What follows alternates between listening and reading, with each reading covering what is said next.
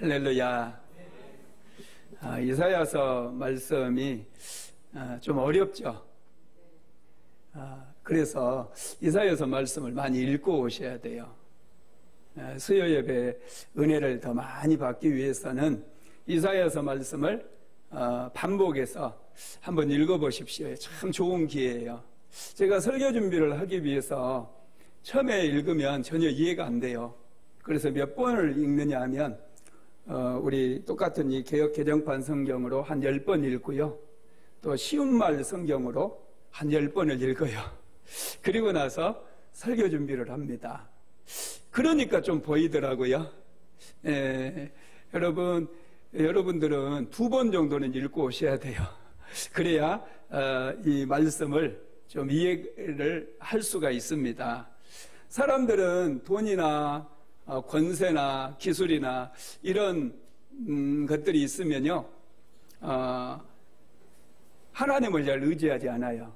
자신의 삶을 지켜주려고 하는 것들, 그런 것들이 있으면 하나님을 떠난다는 거예요. 요즘 정부에서 의사들을 한 4,000명 정도를 새롭게 양성해야 되겠다, 이런 발표가 있었어요. 그래서 의대 정원을 대폭 확충하겠다는 거예요. 그런데 이것을 반대하고 나서는 사람이 있습니다. 누가 반대했어요? 의사들이 반대를 해요. 총파업을 해요. 지금 우리나라가 의사들의 숫자가 굉장히 부족해요. OECD 국가 중에서 국민 1000명당 여러분 의사의 숫자가 가장 작은 나라입니다. 그래서 심지어는 큰 병원에서조차도 큰 수술을 하는데 간호사들이 이렇게 막 하는 것들을 방송에서 이렇게 촬영하고 그래서 문제가 된 적도 있지 않습니까? 의사들이 왜 의사 정원을 늘려주면 좋잖아요. 자기들 일도 좀 덜어주고 오늘날 같이 코로나 바이러스 같은 거 이런 게 또 얼마든지 유행할 수 있잖아요. 그러면 의료 인력들이 많으면 서로가 좀 도와가면서 편하게 일할 수 있는데 극구 반대를 하면서 만약에 의대 증원을 하면은 파업을 해버리겠다. 전문의들이 그냥 다 손을 놔버리겠다. 이렇게 정부에 압력을 주더라는 거예요. 왜 그럴까요? 이 밥그릇 때문에. 의사 면허증 하나 이거 다 가지고 있으면 이것이 자기를 지켜줄 거라고 생각하는 거예요. 자기의 삶을 부유하게 만들고 이 의사 면허증이 자기를 행복하게 만들어주고 보호해줄 거다. 안전장치가 되는 거예요. 사람들은 이런 안전장치가 있게 되면요, 이상하게 하나님으로부터 점점 멀어지는 거예요. 이것을 더 의지해요. 세상 것을 더 의지하고 하나님을 점점 멀리하게 된다라는 것이죠. 여러분, 그렇지만 우리는 하나님의 말씀으로 날마다 새로워져야 돼요.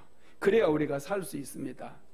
1980년대, 90년대에 여러분 전 세계의 그 시장 무역을 경제를 석권했던 나라가 일본이잖아요. 일본이 굉장하게 경제가 성장했어요. 그때 일본의 기업들이 이 카시오, 샤프, 또 아이와, 소니, 도시바 이런 기업들이 굉장했어요. 물건을 만들어서 전 세계에 어마어마하게 수출을 해가지고 조금만 있으면 미국을 초월할 것이다. 미국을 제끼고 경제 1위가 될 것이다. 이런 막 전망을 내놓고 그랬거든요. 그런데 지금 한 30년 지났거든요. 일본 기업들이 지금 다 비실비실해요. 매년마다 적자에 시달리고요. 그 기업들이 그냥 헐값에 팔리기도 하고 그래요. 샤프도요, 대만 기업에 팔렸어요. 여러분, 왜 이런 일이 일어날까요? 일본은 이 기술을 믿었던 거예요. 자기들의 그 기술력을 믿고 변화와 혁신을 시도하지 않았습니다. 그러다 보니까 기술이 지켜줄 줄로 생각했는데 여러분, 지켜주지를 못하는 거예요. 우리나라의 삼성전자나 LG전자는 기술이 없기 때문에요. 어떻게 해서든지 살아남기 위해서 R&D에 투자해요. 이 기술을 개발하기 위해서 엄청나게 투자하고 조직을 빠르게 변화를 시켰어요.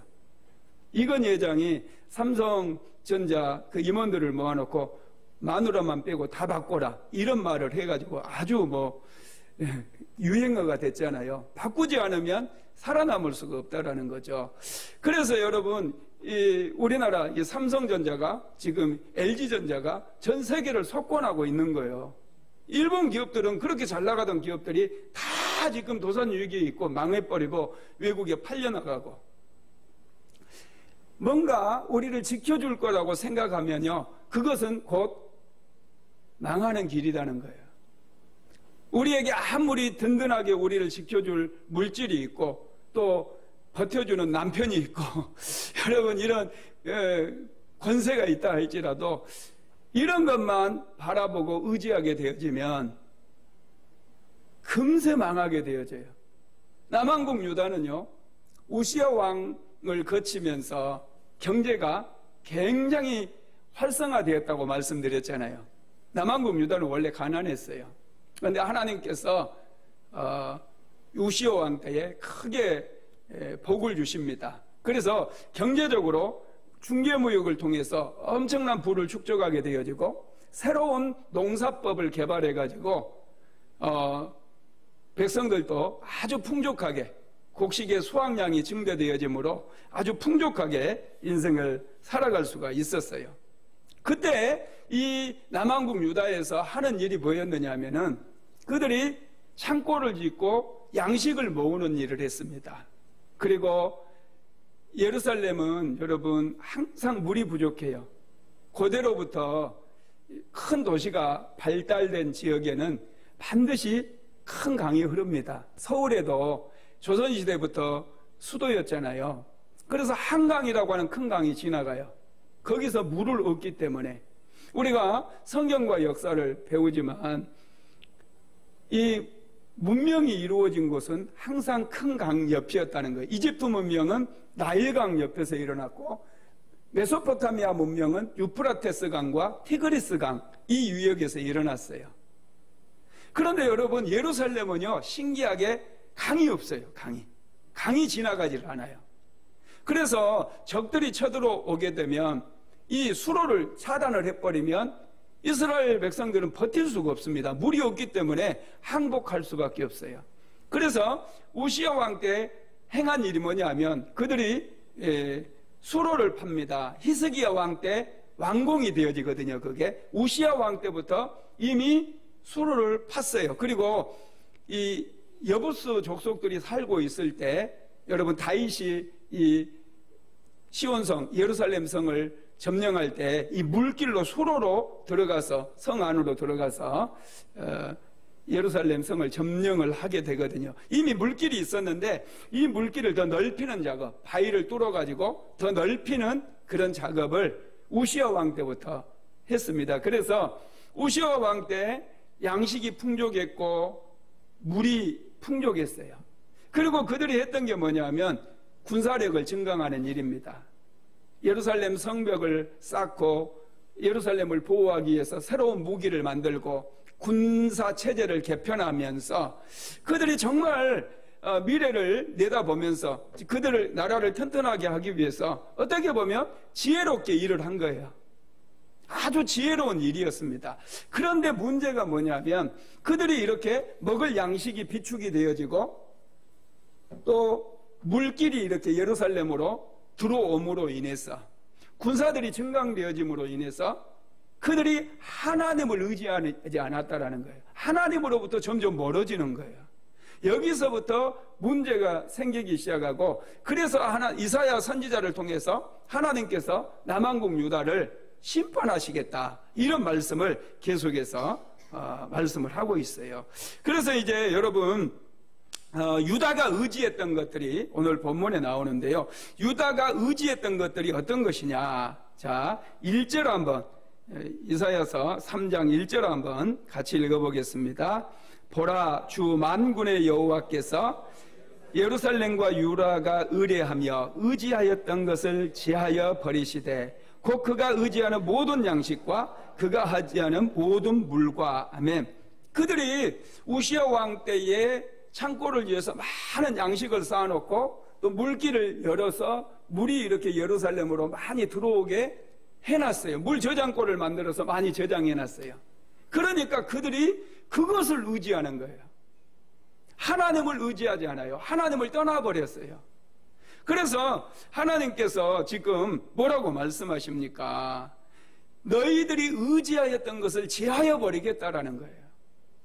여러분, 이 양식이라고 하는 거, 우리가 먹고 사는 거, 고대에는 굉장히 이게 중요했어요. 오늘날에 여러분, 우리 먹고 사는 거, 이런 거 다 해결됐잖아요. 입는 거, 쓰는 거, 이런 것들은 다 정부에서도 우리나라 복지가요, 굉장히 좋아요.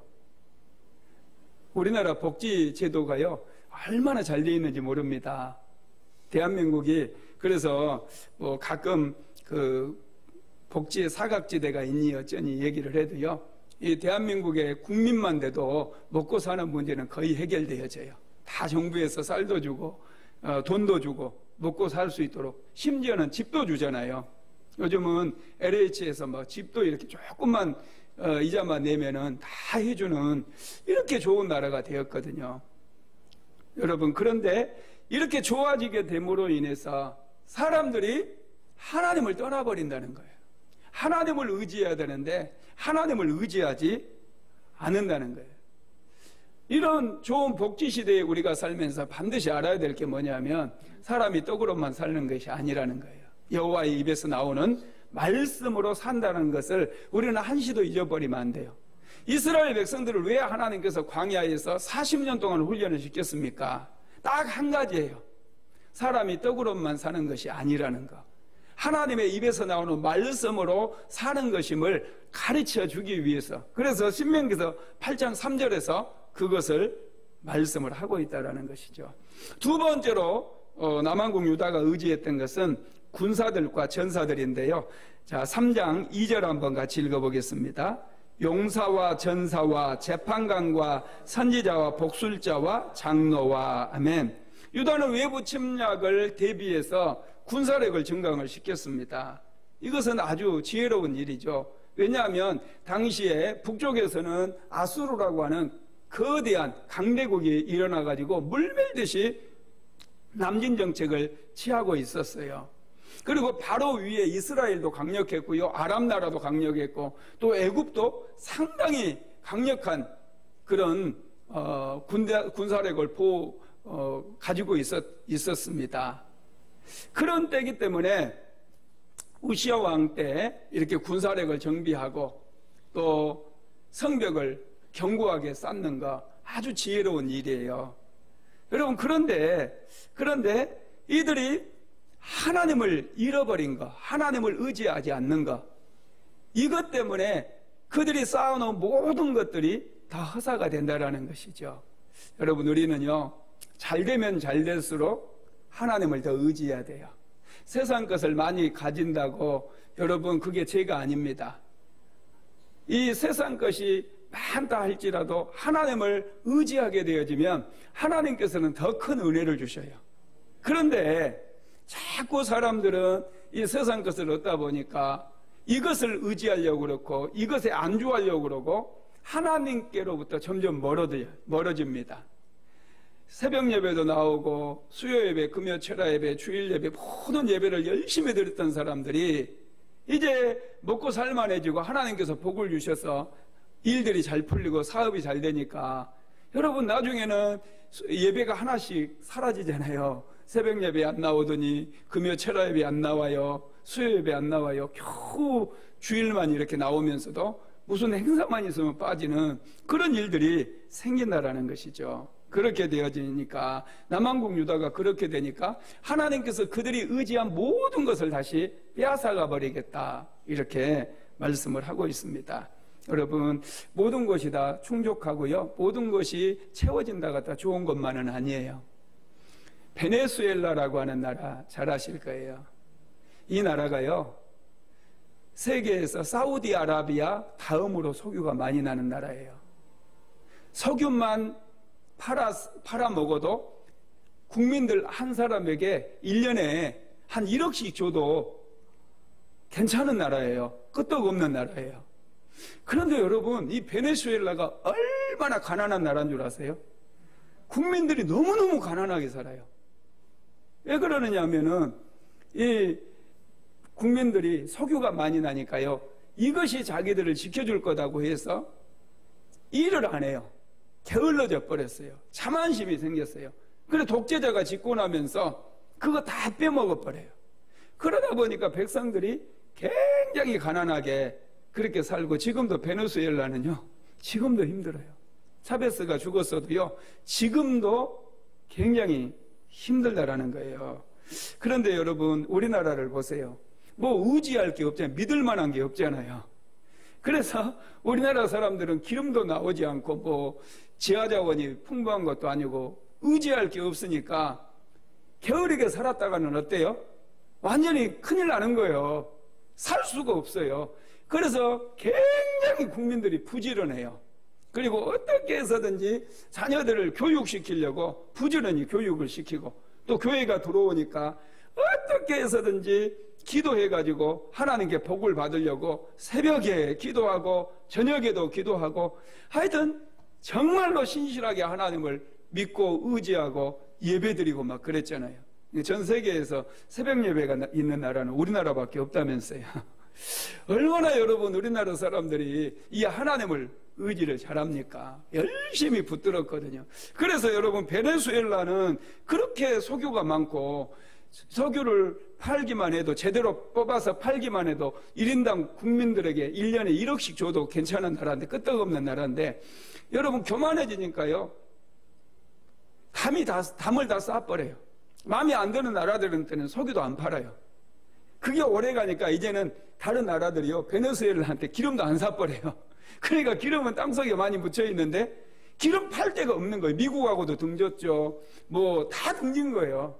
그러다 보니까 석유를 뽑아내도 팔 데가 없으니까 백성들은 너무너무 가난하게 된 것이죠. 우리나라는 여러분 또 남북 간의 대체 상황이고, 그러니까 다른 나라의 도움이 진짜 많이 필요하지 않습니까? 의지할 때가 좀, 의지할 게 없으니까. 그래서 이 나라하고도 저 나라하고도 외교를 하고, 우리나라가요, 여러분, 지금 FTA, 국가 간의 관세를 철폐하는 그런 그 협약을 체결을 했는데, 전 세계에서 우리나라가 가장 많은 나라와 FTA를 체결했어요. 여러분 아십니까? 대단한 나라예요. 우리나라 안에서는 의지할 게 없으니까 자꾸 우리는 밖으로 나가는 거예요. 그러다 보니까 또 하나님 앞에 우리가 열심히 기도하고 그러니까 더 잘 되고 있음을 믿으시기를 바랍니다. 여러분, 남한국 유다도 마찬가지예요. 군사력을 의지하면 안 돼요. 오직 그들이 의지할 것은 하나님만 의지해야 되는 거예요. 하나님의 말씀을 붙잡아야 돼요. 그래야 그들은 더 잘 될 수가 있습니다. 그런데 남한국 유다는 자꾸 쌓아놓은 양식과 그 저장해 놓은 물, 이런 군사력, 이런 것들을 의지하는 거, 하나님을 떠나버려요. 그 다음에 세 번째, 유다가 의지했던 것은 그들의 지도자들이었어요. 자, 이사야서 3장 2절에서 3절 다시 읽어봅니다. 용사와 전사와 재판관과 선지자와 복술자와 장로와 우시부장과 기인과 모사와 정교한 장인과 능란한 요술자를 그리하실 것이며. 아멘. 유대 백성들은 국가 지도자들을 신뢰하고 의지를 했습니다. 하나님보다 더 의지했어요. 그래서 이 국가 지도자들을 여러분 하나님께서 다 제해버린다는 거예요. 국가 지도자가 그들의 안전을 지켜주고 그들의 삶을 보호해 줄 거라고 생각을 한 거죠. 그런데 여러분, 지도자들이 백성들을 생각합니까? 생각 안 해요. 자기들의 자리만 지키려고 백성들의 고통이나 백성들의 어떤 잘 되는 거 돌아보지 않아요. 요즘도 보세요. 대한민국의 집값 막 올라간다고 난리가 났잖아요. 그런데 실제로 정치 그 일선에 있는 분들, 굉장히 높은 지도자들, 국회의원들, 장관들, 이런 사람들이 강남의 아파트를 수채씩 가지고 있어요. 그래서 우리가 먼저 그것들 팝시다 그랬더니 초헌법적인 발상이라고 반발하는 사람들이 있었잖아요. 여러분, 자기 밥그릇만 챙기는 거예요. 정치 지도자들 여러분 의지하지 마십시오. 그들은 우리가 기도해 줘야 될 대상이에요. 불쌍히 여기고 기도해 줘야 될 대상이지 믿음의 대상이 아닌 거예요. 뭐 이정당 저들 이상한 게 여러분 우리나라도요 너무 국가 지도자를 신뢰하고 의지하는 경향들이 많아요. 물론 그게 어느 선까지는 바람직합니다. 그런데 정치 지도자들이 우리의 삶을 획기적으로 변화시켜주고 우리의 소득을 높여주고 절대로 그런 일은 없어요. 나라를 안정시키는 그런 일들은 어느 정도 할 수 있겠지만은 우리의 삶을 근본적으로 해결해 주지는 못한다는 거예요.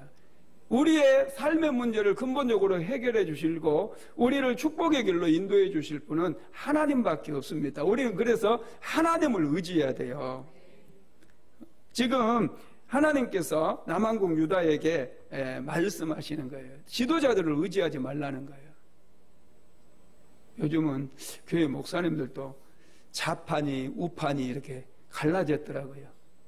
여러분, 우리는 예수파가 돼야 돼요. 우리는 예수님파가 돼야지 자꾸 좌판이 우판이 이런 거 따지게 되면요 하나님께서 너무너무 싫어하셔요. 뭐 좌파 대통령이 된들 우파 대통령이 된들 우리를 연봉 1억으로 다 맞춰줄 수는 없습니다. 하나님께서 은혜 주시고 축복 주실 때에 여러분 우리가 안정이 되어지고 평안을 누릴 수 있음을 믿으시기 바랍니다. 유다 백성들이 이렇게 세 가지를 계속해서 의지하고 하나님으로부터 점점 멀어지는 거예요. 그래서 유다 백성들을 하나님께서 심판하시겠다 이렇게 말씀하시는데요. 한번 4절 한번 읽어볼까요? 시작. 그가 또 소년들을 그들의 고관으로 삼으시며 아이들이 그들을 다스리게 하시리니, 이게 무슨 말씀이냐면 하나님께서 남한국 유다를 심판하시는데 소년들을 그들의 고관으로 세우고 아이들을 그들을 다스리는 자로 세워버린다는 거예요. 이게 심판이라는 거예요. 여러분 정말 웃기지 않습니까? 아이들이, 소년과 같은 아이들이, 유치한 사람들이 정치 지도자가 된다는 거예요. 제가 이번 그 국회의원 출마한 사람들을 보면서도 여당이고 야당이고 내가 굉장히 실망했어요. 왜냐하면 아니 지금 직장생활 해야 되는 아이들 20대 말 30대 초반 이런 아이들을 각 당에서 공천을 했다는 거예요. 이런 아이들이, 이 유치한 아이들이 지금 하나님께서 심판하실 때 이런 아이들을 정치 지도자로 세운다라는 거예요. 그 아이들이 뭘 압니까? 이 아이들이 정치 지도자가 되면 정치가 안 되는 거예요. 자기 그 감정대로 싸워버리고 국가를 생각하기보다도 자기 감정을 먼저 내세우게 되기 때문에 정치가 안 돼요. 정치가 안 되면 경제도 안 되는 거예요. 그래서 좀 연륜이 있어야 돼요. 삶에 연륜이 있는 사람. 그래서 인생에 여러 가지 경험도 하고 실패도 해보고 또 지혜를 얻는 그런 사람들이 국가 지도자가 되었을 때 어려움을 만나게 되면 지혜로 극복해 나갈 수가 있다는 것이죠. 여러분 생각해 보세요. 북한의 지도자가 누굽니까? 김정은이잖아요. 걔 나이 몇 살이나 먹었어요? 이제 30살 간 넘었어요. 이게 저주다는 거예요. 여러분 이게 이사야서가 하시는 말씀이에요. 이사야 선지자가 하시는, 그게 하나님의 심판이 시작됐다는 거예요. 걔가 정치를 하면서 얼마나 유치하게 합니까? 믿을 수 없는, 전 세계에서 가장 믿을 수 없는 나라가 지금 북한이 되어버린 거예요. 어린 아이가 이 지도자가 돼가지고 나라를 완전히 망쳐버리고 있는 거예요. 외교도 안 되는 거예요. 정치도 안 되고 지금 그러다 보니까 자꾸 이제 핵을 만드니 미사일을 쏘니, 그래서 국가 간의 그 경제 교류라든지 협력이 전부 차단돼 버렸어요. 나라는 완전히 점점 가난해지고 무역을 할 수 없기 때문에 기술 발전이고 모든 것들이 다 멈춰버리는 거예요. 이 하나님께서 심판하실 때 바로 정치인들을, 아주 유치한 아이들, 이런 아이들을 세운다라는 것이죠. 지금 여러분 우리 대한민국의 정치 지도자들도 아주 유치해요. 이번에 비가 많이 왔잖아요. 엄청나게 지금 수해를 당하고 집이 잠기고 정말 고통스러워요. 그러면은 이런 때에 정말 훌륭한 정치 지도자들이라고 한다면 백성들의 마음을 어루만져주는 말 한마디를 하더라도 따뜻하게, 그리고 그곳에 가서 고통당하는 그 사람들의 손이라도 한번 잡아주고 뭔가 도와주려고 하는 그런 게 필요하지 않습니까? 그런데 뭐 4대강 얘기를 해가지고 뭐 4대강이 어쩌니 저쩌니 뭐 이상한, 서로 또 싸우려고 덤비더라고. 서로 싸우려고. 이게 정말 유치한 거라는 것을 이 사람들이 모르는 거예요, 정치인들이. 왜냐하면은 이 마음이 어린아이들이에요. 정말 어른의 마음을 품으면 고통당하는 백성들 앞에서 그런 얘기를 하겠느냐는 거죠. 여러분, 그렇습니다. 정치인들, 이렇게 아이 같은 정치인들이 나라를 다스리게 되면 어떤 일이 벌어지느냐, 5절에 나와 있어요. 5절 한번 읽어볼까요? 시작. 백성이 서로 학대하며 각기 이웃을 잔해하며 아이가 노인에게, 비천한 자가 존귀한 자에게 교만할 것이며. 여기에 보면 백성들이 서로 학대하는 일이 생긴다는 거예요. 실력 없고 유치한 어린아이 같은 지도자가 나라를 다스리니까 맨날 싸움박질만 한다는 거예요. 이게 대한민국을 위해서 우리가 이사야서 말씀을 배우는 저와 여러분이 기도해야 될 기도 제목입니다. 정말 유능한 분들이, 정말 신실하고 정말로 지혜로운 분들이 이 대한민국의 정치 지도자가 돼야 돼요. 아주 유치한 사람들이, 유치하고 어린아이 같은 사람들이 정치 지도자들이 되니까 하는 말들마다 막 서로 백성들이 서로 탓하고 서로 학대하고 서로 뭐 싸우게 만든다니까. 싸움을 붙이는 싸움꾼들이 되어져요. 아주 여러분 유치한 거예요. 지금 우리나라도 좌판이 우판이 해가지고 얼마나 양극화가 심합니까? 맨날 막 서로 같은 민족끼리 학대하잖아요. 이런 일들이 여러분 정말 문제인 거예요. 어린아이 같은 유치한 정치 지도자들이 세워질 때 자꾸 서로 싸우는 일들이 생긴다는 거예요. 그리고 두 번째로는요, 말이 서로 통하지 않는데요, 말이. 여러분, 여기에 보면, 5절에 보면은 각기 이웃을 잔해하며 아이가 노인에게, 비천한 자가 존귀한 자에게 교만할 것이며 그랬잖아요. 아이들이 노인들에게 함부로 대하고, 선생님도 없어요. 그냥 대통령도 눈에 안 보여.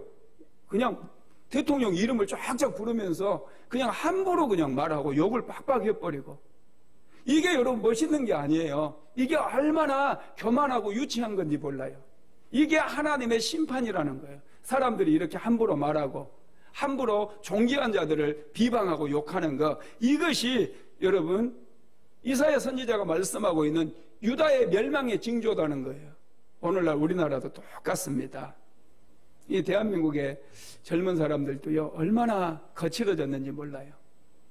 전에도 한번 말씀드렸는데 어떤 할머니가 이 전철을 타고 가는데 옆에 유모차를 끌고 와서 얘가 너무 예쁘게 생겨서 아이고 예쁘다 그랬더니 이 아주머니가 할머니의 뺨을 때리면서 어디서 내 소중한 아이에게 더러운 손을 대냐고, 더러운 손 치우라고, 그렇게, 그게 여러분 유튜브 영상에 나왔어요. 정말 기가 막히지 않습니까? 이런 일들이 여러분 이 하나님께서 심판하실 때 생기는 일들이라는 거예요. 여러분, 존귀함이 제일 없는 데가 어딘 줄 아세요? 위아래가 없는 데가 교도소예요. 교도소 먼저 들어가면 이게 무슨 벼슬인 줄 알아, 사람들이. 그래가지고 제일 먼저 들어가는 놈이 방장이라고 해가지고요, 깜빵장이라고 해가지고 늦게 들어온 사람이 대학 교수든지 뭐든지 다 이제 집 밑으로 보고 한 자리 깔고 막 굉장히 군기를 잡아요. 이 정말 여러분 이 참 말도 안 되는 그런, 군대도 똑같습니다. 존귀한 자를 존귀한 사람으로 대접하고 그들에게 항상 여러분 따뜻한 말을 할 수 있는 것, 이것이 여러분 축복이고요. 귀중한 사람을 귀중하게 대접해주는 그런 나라가 하나님 앞에 복을 받는 그런 나라라는 거예요. 우리가 여러분 인생을 살면서 항상 생각해야 돼요. 좀 존귀한 사람들, 고귀한 사람들, 이런 사람들을 대접을 잘 해줘야 우리도 그런 자리에 올라간다라는 거예요.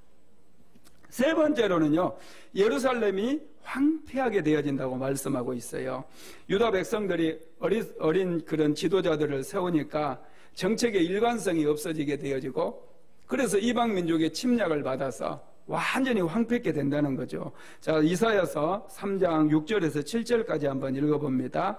혹시 사람이 자기 아버지 집에서 자기 형제를 붙잡고 말하기를 내게는 겉옷이 있으니 너는 우리의 통치자가 되어 이 폐허를 내 손 아래 두라 할 것이면, 그날에 그가 소리를 높여 이르기를 나는 고치는 자가 되지 아니하겠노라. 내 집에는 양식도 없고 의복도 없으니 너희는 나를 백성의 통치자로 삼지 말라 하리라. 아멘. 장관 한 사람을 뽑는데요, 다른 어떤 조건도 없어요. 오단벌만 가진 사람이면 장관이 될 수 있대요. 여러분, 이게 무슨 말이에요? 정말 기가 막힌 상황이잖아요. 유다 백성들이 엄청나게 가난하게 되어버린 거예요. 모든 백성들이 가난해져 가지고 옷조차도 입지 못하고 다니는 그런 처지가 되어버린 거예요. 그래서 옷 한 벌만 있어도 남왕국 유다의 고위 공직자가 되어달라고 그렇게 부탁을 하는 일들이 생긴다는 거죠. 남왕국 유다가 왜 이렇게 모든 백성들이 거짓골이 되었을까요? 그것은 다른 이유가 아닙니다. 하나님을 의지하지 않았기 때문에, 하나님께서 그들을 보호해 주시지 않으니까 주변에 있는 이방 민족들이 쳐들어와 가지고 이스라엘 민족 것을 다 빼앗아가고 다 약탈해 가는 거예요. 여러분, 멕시코라고 하는 나라 아시죠? 멕시코. 최근에 제가 전에 선교사님들 만나서 식사하면서 그 선교사님이 한 분이, 목사님 한 분이 멕시코에서 이제 선교를 하고 오셨대요. 그래서 그 멕시코가 어떤 곳이냐 물어봤더니 멕시코는 무시무시한 데대요. 총기를 자유롭게 소지할 수 있대요. 그래서 총기 사고가 우리나라까지 소식이 들려오지 않아서 그렇지 매년마다 3만 명씩 죽어나간대요. 총기 사고, 총기로 총으로 쏴가지고 매일 나온대. 매일마다 총기 사고가 일어난대요. 제가 왜 이 얘기를 하냐면, 그 나라 가면 여러분들도 가장 높은 치안을 담당하는 경찰청장이 될 수 있어요. 멕시코에는요, 지금도 경찰청장이 공석이에요. 아무도 그 자리에 올라가려고 하지 않아요. 왠 줄 아세요? 이 멕시코의 마피아들, 갱들이요, 이 치안을 담당하는 이 경찰청장이 취임만 하면은 3개월 안에 총으로 쏴서 죽여요. 한 임신부가 애를 낳아야 되는데 돈이 없었대요. 돈이 나올 데가 없고. 이건 실제로 있었던 얘기예요. 새평양 순복음교회라고 저기 그 담임 목사님이 있거든요. 저랑 나이도 같고 신월동에 있는데 그 목사님한테 들은 얘기. 그분이 멕시코 선교사로 갔다 오신 분이에요. 근데 그분이 그러더라고요. 임산부가 애를 낳아야 되는데 돈이 없어가지고 경찰청장 자리에 올라가면 이제 월급이 나오잖아요. 그 월급 받아가지고 애를 낳으려고 자기가 하겠다고 자원을 했더니 정말로 시켜주더래요. 여러분, 어떻게 됐을까요? 3개월 만에, 올라간 지 3개월 만에 하여튼 마피아들에 의해서 하여튼 죽었어요. 멕시코 가면 여러분들 경찰청장 될 수 있습니다. 이렇게 무시무시한 나라예요. 무시무시한 나라. 여러분, 하나님을 의지하지 않고, 그러니까 여러분 이런 엄청난 일들이 일어나는 거예요. 그렇습니다. 하나님께서 심판하시니까요, 이런 나라들도 있더라니까요. 예루살렘이 이렇게 황폐화돼 버려. 남왕국 유다도 하나님을 의지하지 않고 양식, 물 이런 것들 의지하니까. 네 번째로 백성들의 언어와 행위가 하나님을 거역했다는 거예요. 자, 8절에서 9절까지 읽어봅니다. 예루살렘이 멸망하였고 유다가 엎드려졌음은 그들의 언어와 행위가 여호와를 거역하며 그의 영광의 눈을 범하였음이라. 그들의 안색이 불리하게 증거하며 그들의 죄를 말해주고 숨기지 못함이 소돔과 같으니 그들의 영혼에 화가 있을진저 그들이 재앙을 자치하였도다. 아멘. 그들의 언어, 하나님께서 그들을 심판하시니까 언어가 아주 거칠어지고 언어가 아주 부정적인 언어, 하나님께서 정말 싫어하시는, 하나님을 거역하는 그런 언어들을 막 쏟아내는 거예요. 누가요? 백성들이. 막 부정적이고 다른 사람 탓하고 비난하고 이런 언어들이 막 백성들의 입에서 막 터져 나오는 거예요. 유다 백성들이 전심으로 하나님을 사랑했을 때는 그들의 입술에서 하나님께서 주시는 그런 언어들이 쏟아져 나왔어요. 사랑의 언어들, 긍정적인 언어들, 축복의 언어들이 막 쏟아져 나왔는데 그들이 하나님을 의지하지 않고 하나님을 떠나버리니까 그들의 언어가 바뀌었어요. 너무나 거칠어요. 여러분, 우리나라도 언어들이 굉장히 거칠잖아요. 우리 그리스도인들은요, 언어를 부드럽게 해야 돼요. 따뜻하게. 할렐루야. 한 번 더 생각하고. 이 하나님의 심판이 임할 때 예루살렘 멸망하였고 그랬어요. 유다가 엎드려졌어요. 지금 하나님의 심판이 임했다는 거예요. 왜요? 그들의 언어가 하나님을 거역했어요. 그들의 언어로 그들이 범죄했어요. 말로 사람들을 상처를 주고 부정적인 언어들이 하나님으로부터 그들을 멀어지게 만드는 이런 일들이 많았다라는 거예요. 그래서 여러분, 남왕국 유다가 이렇게 어려움을 겪게 된 것이죠. 그렇습니다. 우리는 하나님께서 은혜를 주실수록 더 겸손해져야 돼요. 하나님의 은혜를 많이 받으면 많이 받을수록 더 따뜻해지고 더 겸손해지고 더 낮아져야 될 줄로 믿습니다. 여러분, 그런데 남왕국 유다 사람들은 그들의 마음이 소돔과 고모라와 같이 바뀌어버렸다는 거예요. 그래서 9절에 보면은 그들이 죄를 말해주고 숨기지 못함이 소돔과 같으니 그들의 영혼에 화가 있을진저 그들이 재앙을 자치하였도다, 이렇게 말씀해요. 그들의 마음이 패역하고 교만하고 완악해졌어요. 그래서 그들의 입술에서는 교만하고 이 부정적인 언어들, 거만한 언어들이 쏟아져 나왔어요. 그것이 자신들의 재앙을 자치했다는 거예요. 그들이 어려움을 겪게 되는 원인을 자기들이 만들어냈다는 것이죠. 그렇습니다. 여러분, 우리가 세상을 살아갈 때 분명히 알아야 될 게 있어요. 그것은 하나님 한 분만을 의지해야 된다는 거예요. 아무리 여러분들 재산이 많다고 해도요, 그거 의지하면 안 돼요. 자녀들이 많다고 해도요, 그거 의지하면 안 돼요. 그 의지의 대상이 아니에요. 하나님 한 분만을 의지해야 돼요. 하나님의 말씀만을 날마다 붙들고 이 말씀을 의지하고 이 말씀을 통해서 나를 돌아보고 내 안에 소돔과 고모라 같은 부패한 마음이 있지 않는가 자꾸 살펴보고 이 부패한 마음들을 자꾸 뽑아내고, 우리의 마음은 정원과 같다고 제가 늘 말씀드리잖아요. 우리 마음은 자꾸 가꿔야 돼요. 내 안에 부패한 마음들이 있어요. 내 안에 상한 마음들이 있어요. 그러면 이것들을 자꾸 뽑아내야 돼요. 그래야지 여러분, 우리의 마음 속에서 향기가 진동해요. 내버려두면 썩은 냄새가 나요. 사람들이 다 싫어해요. 정원을 보세요. 우리 옆에 정원 갖고 놓으니까, 소나무도 심어 놓으니까 얼마나 깨끗해졌어요. 그 전에는 지나가는 사람들이 쓰레기는 다 버려요. 제가 맨날 아침에 오면 쓰레기 줍는 일부터 해요. 담배꽁초도 버리고 병도 버리고 캔도 버리고 과자봉지도 버리고 오만 거 다 버려요. 그런데 지금은요, 깨끗하게 갖고 놓잖아요. 꽃도 피잖아요. 아무도 안 버려요. 신기하죠? 똑같은 화단인데 아무도 안 버려요. 담배꽁초 하나 없어요. 야, 그 주변에다 이제 버리는 거 봤어요. 여러분, 그렇습니다. 우리의 마음도 우리가 자꾸 가꿔야 돼요. 잡초가 있으면 뽑아내고 쓰레기 같은 것들이 있으면 자꾸 비워버리고. 그래서 우리 마음을 따뜻하게 가꾸게 되어지면 하나님께서 얼마나 우리를 사랑하시고 얼마나 우리를 기뻐하시는지 몰라요.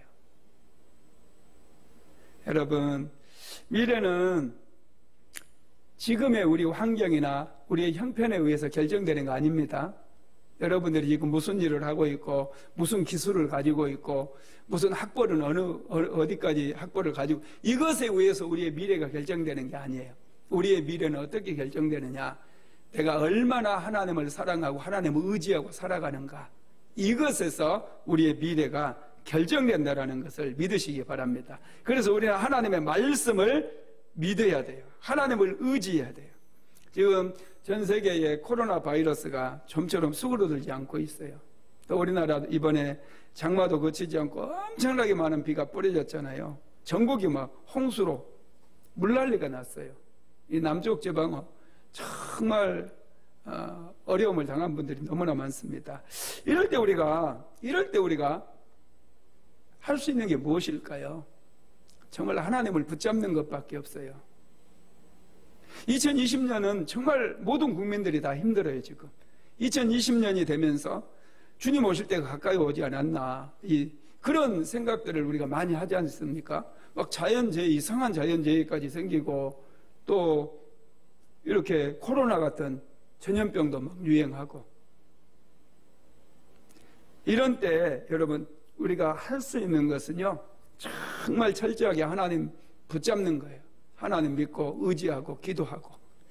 수요예배 많이 오셨는데 이렇게 해야 되는 거예요. 예배도 열심히 드리고. 이럴 때 우리의 미래는 여러분 형통할 수밖에 없고, 하나님께서 우리를 지켜주실 뿐만 아니라 더 큰 은혜를 주심을 믿으시기를 주님의 이름으로 축원합니다.